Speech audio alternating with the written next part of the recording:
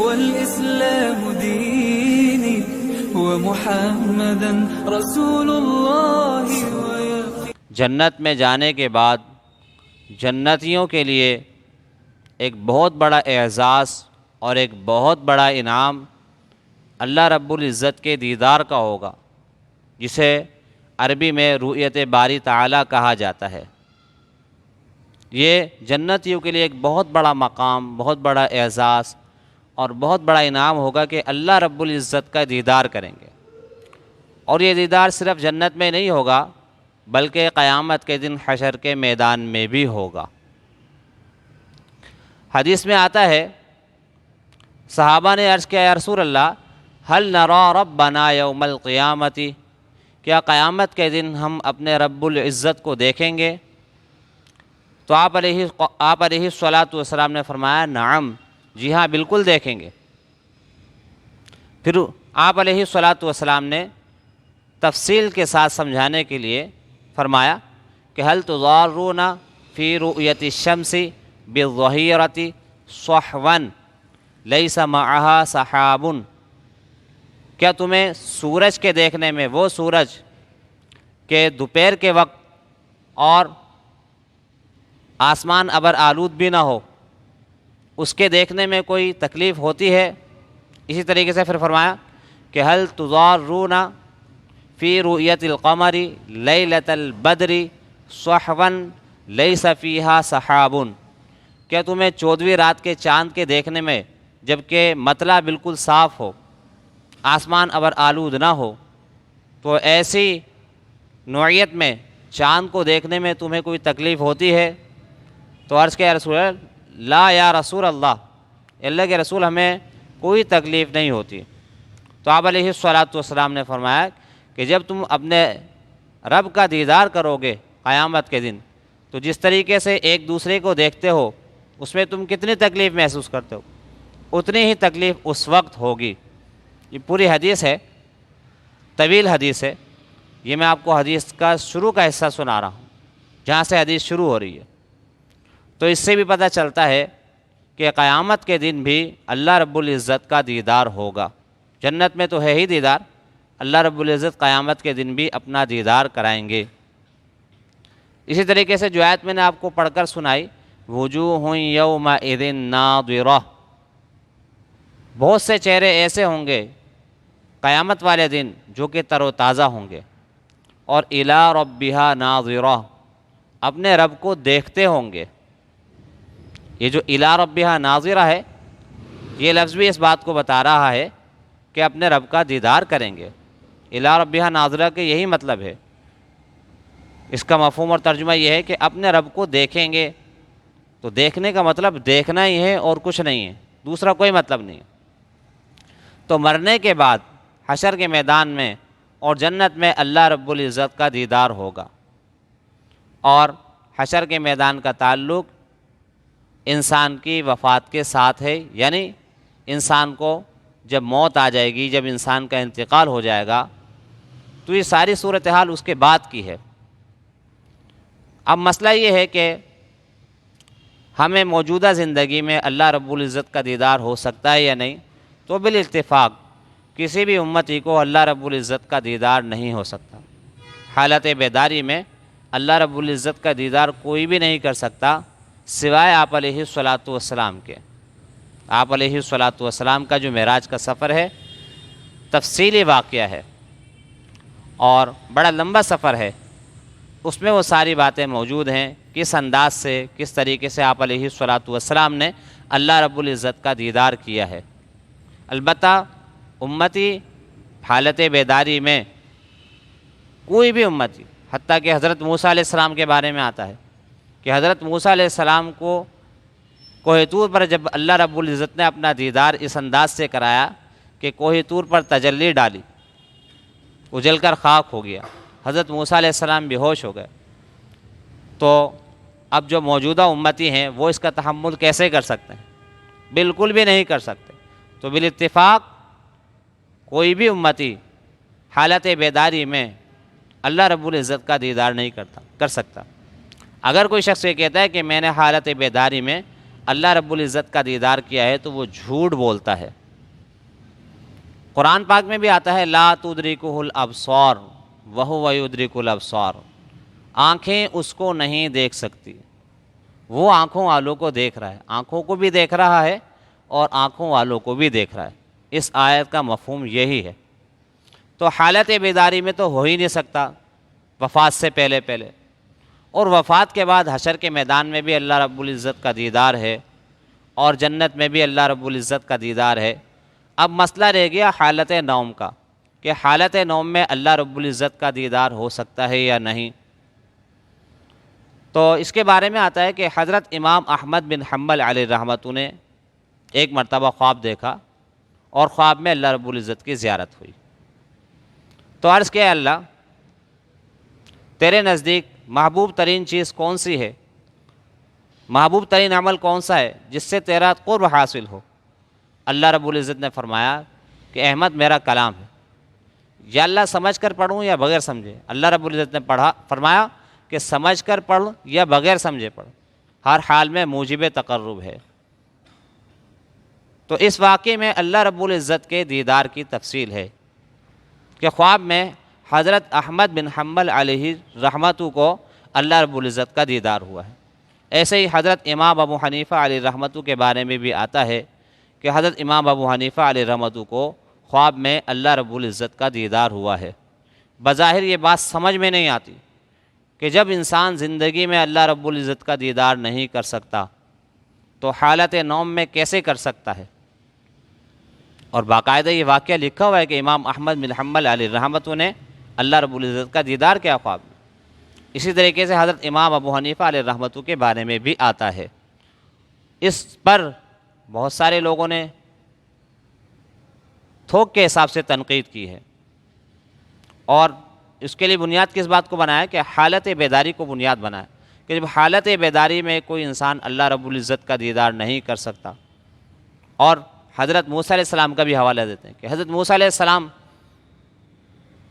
اس وقت میں جس وقت میں اللہ رب العزت نے تجلی ڈالی بے ہوش ہو گئے، تو کیا امام ابو حنیفہ اور امام احمد بن حنبل حضرت موسیٰ علیہ السلام سے بھی آگے بڑھ گئے؟ تو اس مسئلے کا حل یہ ہے کہ ایک ہے حالت بیداری، زندگی میں حالت بیداری، ایک ہے زندگی میں حالت نوم، سونا،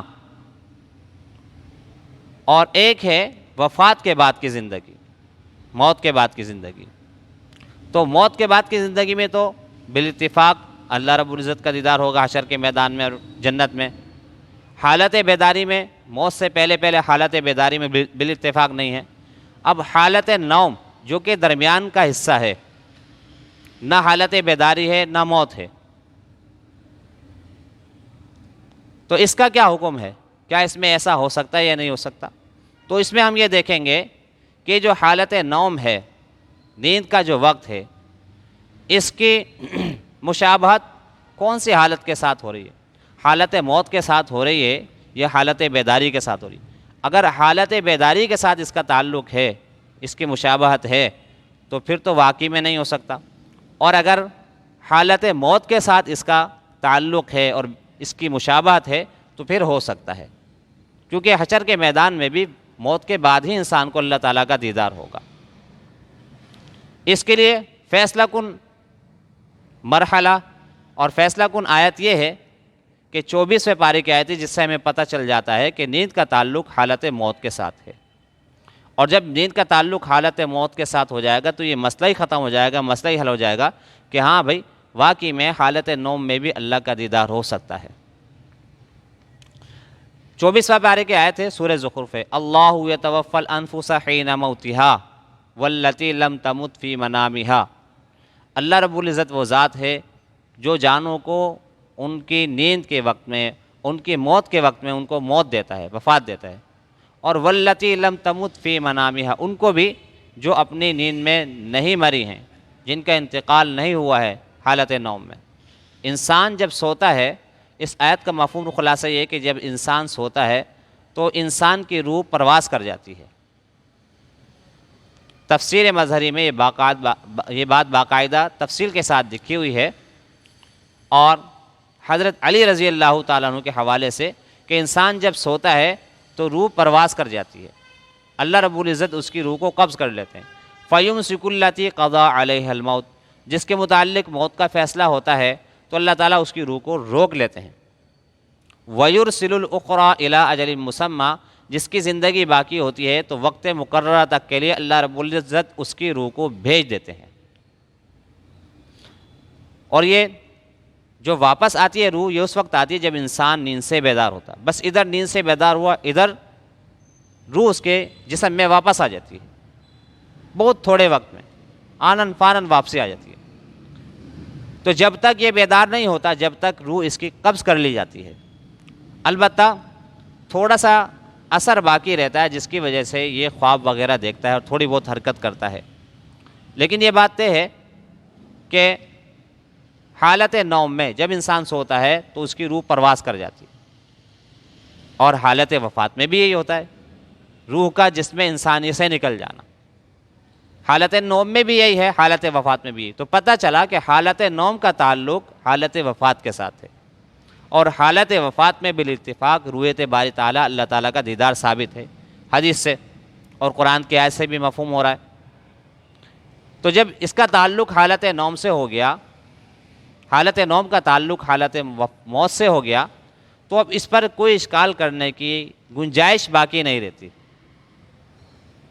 کہ اس بات کو اس انداز سے بیان کیا جائے کہ لوگوں کے سامنے ایک اچھمبا بن جائے اور لوگوں کے سامنے ایک تماشا بن جائے کہ حضرت موسیٰ علیہ السلام کو تو دیدار نہیں ہوا اور امتیوں کو دیدار ہو رہا ہے۔ حالانکہ یہ بات نہیں ہے، غلط تشبیہ دی ہے۔ حالت بیداری میں نہیں ہو سکتا۔ اگر کوئی حالت بیداری میں کہے تو اس کو بھی ہم یہ کہیں گے کہ یہ جھوٹا ہے، حالت بیداری میں تو ہے ہی نہیں۔ یہ مسئلہ ہے حالت نوم کا۔ حالت نوم کے مسئلے کو آپ قیاس کر رہے ہیں حالت بیداری پہ، قیاس کرنا ہی درست نہیں ہے، غلط ہے۔ حالت بیداری الگ ہے، حالت نوم الگ ہے، اور حالت نوم کا تعلق حالت بیداری کے ساتھ نہیں ہے، حالت وفات کے ساتھ ہے۔ اور وفات میں اللہ رب العزت، وفات کے بعد اللہ رب العزت کا دیدار بالاتفاق ثابت ہے، ہوگا، حالت بیداری میں نہیں۔ تو حالت نوم کا جب تعلق حالت وفات سے ہوا، حالت موت سے ہوا، تو سمجھو کہ اس میں بھی اللہ رب العزت کا دیدار ہو سکتا ہے، اس میں بھی کوئی شک نہیں۔ اب رہی بات کہ پھر اور لوگوں کو کیوں نہیں ہوا، تو اس کا جواب یہ ہے کہ جو اللہ رب العزت کا دیدار ہے یہ اللہ کے حکم سے ہوا۔ خواب میں انسان جب کوئی اچھی چیزیں دیکھتا ہے تو اللہ کے حکم سے دیکھتا ہے۔ اب اللہ کی مرضی ہے کہ جس کے ساتھ اللہ رب العزت جو چاہے کرے، اپنا دیدار اس کو چاہے کرے۔ اور دوسرا جواب یہ ہے کہ اگر کوئی شخص یہ کہتا ہے صحابہ کا مرتبہ اور مقام بہت بڑھ کر تھا، اس میں کوئی شک نہیں ہے، اس میں کوئی شک نہیں ہے، تو ان کو کیوں نہیں ہوا؟ تو اس کا جواب یہ ہے کہ ان کے نہ ہونے کی کوئی دلیل، کہ اگر مثال کے طور پر کتابوں میں لکھا نہیں ہے تو اس کا مطلب یہ تھوڑی کہ ان کو دیدار نہ ہوا، کہ صحابہ ہر بات بتایا تھوڑی کرتے تھے۔ باقاعدہ کرامتوں کو تو وہ کچھ سمجھتے ہی نہیں تھے، وہ تو کرامتوں کو اپنی زندگی کا عمومی حصہ سمجھتے تھے، اور جو کرامتیں نقل منتقل ہو کر آئی ہیں وہ بھی ان صحابیوں نے خود بیان نہیں کی ہیں، بلکہ کسی نے دیکھ کر بیان کر دی۔ صحابہ کا یہ مزاج نہیں تھا کہ وہ اپنی کرامتوں کو ظاہر کریں، اپنی کرامتوں کو بیان کریں، اپنی کرامتوں کو بتائیں، ان کا یہ مزاج نہیں تھا۔ اگر کتابوں میں اس کے متعلق اگر کچھ نہیں لکھا ہے تو اس کا مطلب یہ نہیں کہ ان کو دیدار نہ ہوا ہو، ہرگز کا مطلب یہ نہیں۔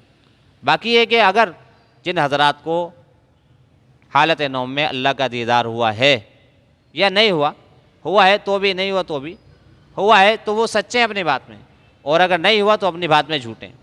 اور جو آدمی جھوٹ بول رہا ہے تو اس کا اور اللہ کا معاملہ ہے، اللہ رب العزت جھوٹے آدمی کو چھوڑیں گے نہیں، اللہ کے یہاں جھوٹے آدمی کی پکڑ ہوگی۔